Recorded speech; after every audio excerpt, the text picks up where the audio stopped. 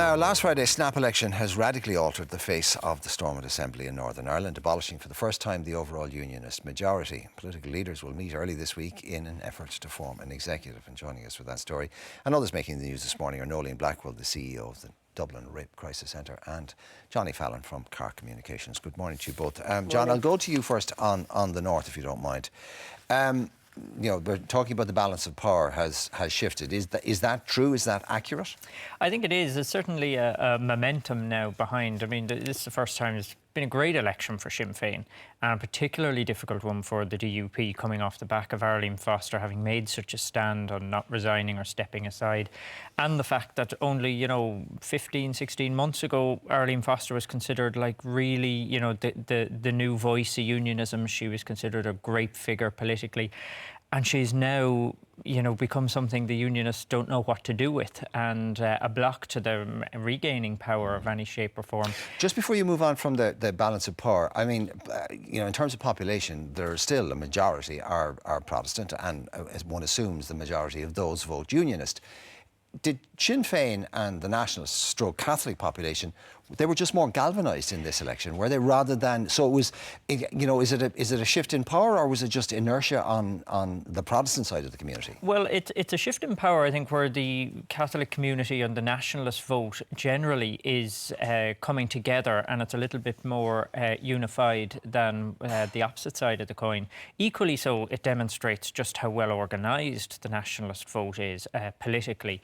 And that is what matters in politics, because we can talk about majorities and you can talk about, the overall move, but we see that whether it's south or north in Irish politics or politics anywhere in the world, being well organised, able to get your vote out means you have control. I don't think anybody doubts the efficiency of the Sinn Féin electoral machine. Noeline, in terms of, OK, we are where we are, and the landscape is changing, and obviously Sinn Féin are now in a position to, as Gerry Adams said, put manners on the DUP. But I mean, if that's your starting point, then those negotiations are going to be tricky, if not doomed to failure. Well, they are good at talking, and everybody does seem to want to talk and bring it all together as quickly as possible. But they're saying, we'll form an executive, but not with her until the inquiry is over. Well, what they've said is she needs to step aside as First Minister, and I notice she's been quite careful in saying she will remain as head of the DUP. That's not necessarily saying she wouldn't step aside as First Minister if that was necessary in order to move this along. And I think Sinn Féin have been kind of saying, well, look, if there was a preliminary report saying that she wasn't responsible, she could step back in. I think it's quite hard to ask anybody to step aside from a top job. The top job just isn't there once you step aside from it for a while. So it's a big deal for her. Very little chance of going back either. Yeah, so it's a very big deal for her. But on the other hand, it is highly unlikely, I presume, in anything like a normal political situation, that Sinn Féin can go back in with her as First Minister. So either they don't want to get back into power enough, either side, to make it work, or they do, so that they can move on with the stuff that people really care about. But there was something about the manners thing and the machine. I think Sinn Féin did have a lot going for it. There was a sense in which I think the nationalist population felt insulted by some of the ways that their identity was being regarded as, in the famous phrase of the crocodile. Those kind of things would bring people out who often would stay at home, I think. Yeah, she was a difficult woman, and apparently by all the accounts we're getting, the way she ran the First Minister's office was high-handed, I suppose would probably be a polite way of putting it. Now, the DUP aren't going to take very kindly to being told who they can have as leader or not, although they will be thinking, we've taken a really bad kicking here and a lot of it is down to you. So, they'll have their own post-mortem going on. But in terms of their position as a party, years of being in the majority, how they react to this is going to be very interesting. Will it be shock?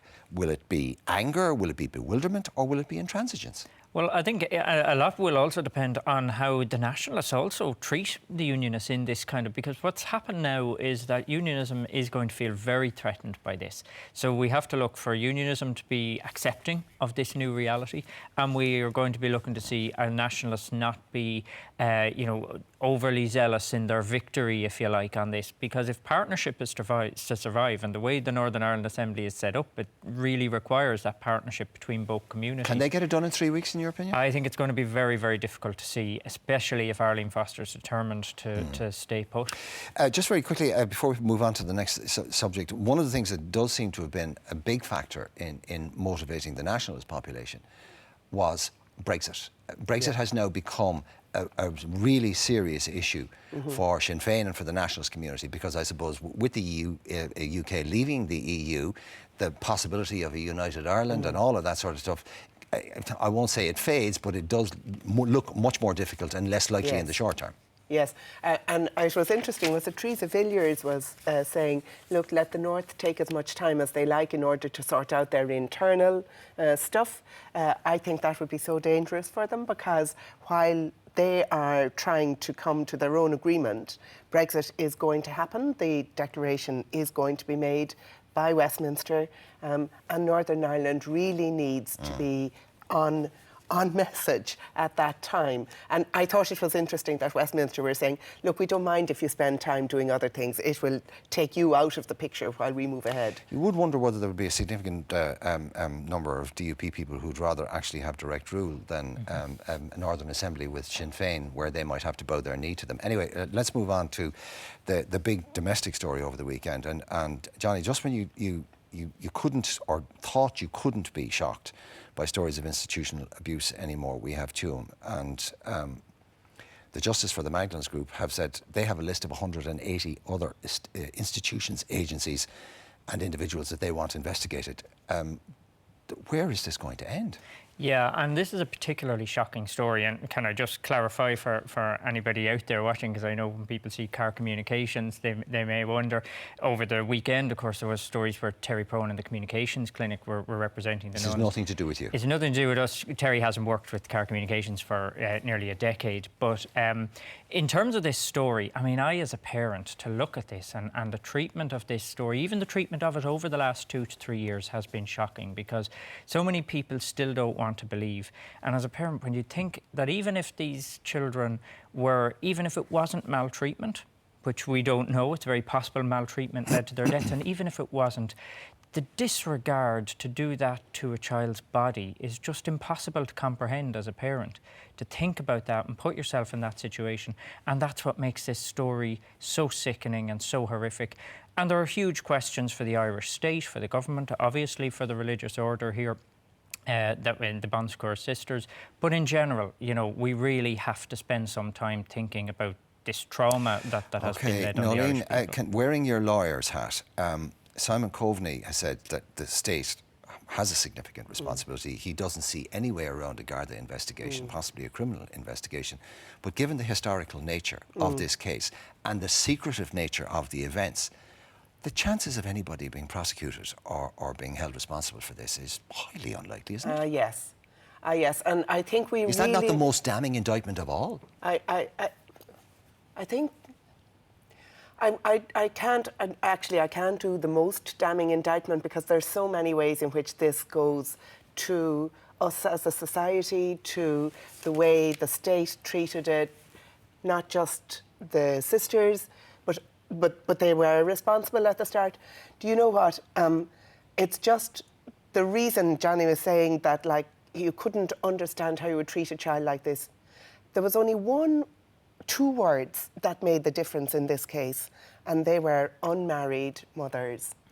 It was only because these women gave birth to children outside of wedlock that their children ended up in these homes in the first place, being fostered out, being illegally adopted, or dying, and then not being buried with the kind of respect that was there. And people have known about it for years. There's been good people in Tuam have been minding that site for over 40 years, knowing that there were remains in it, not knowing how they were buried, but knowing they were there.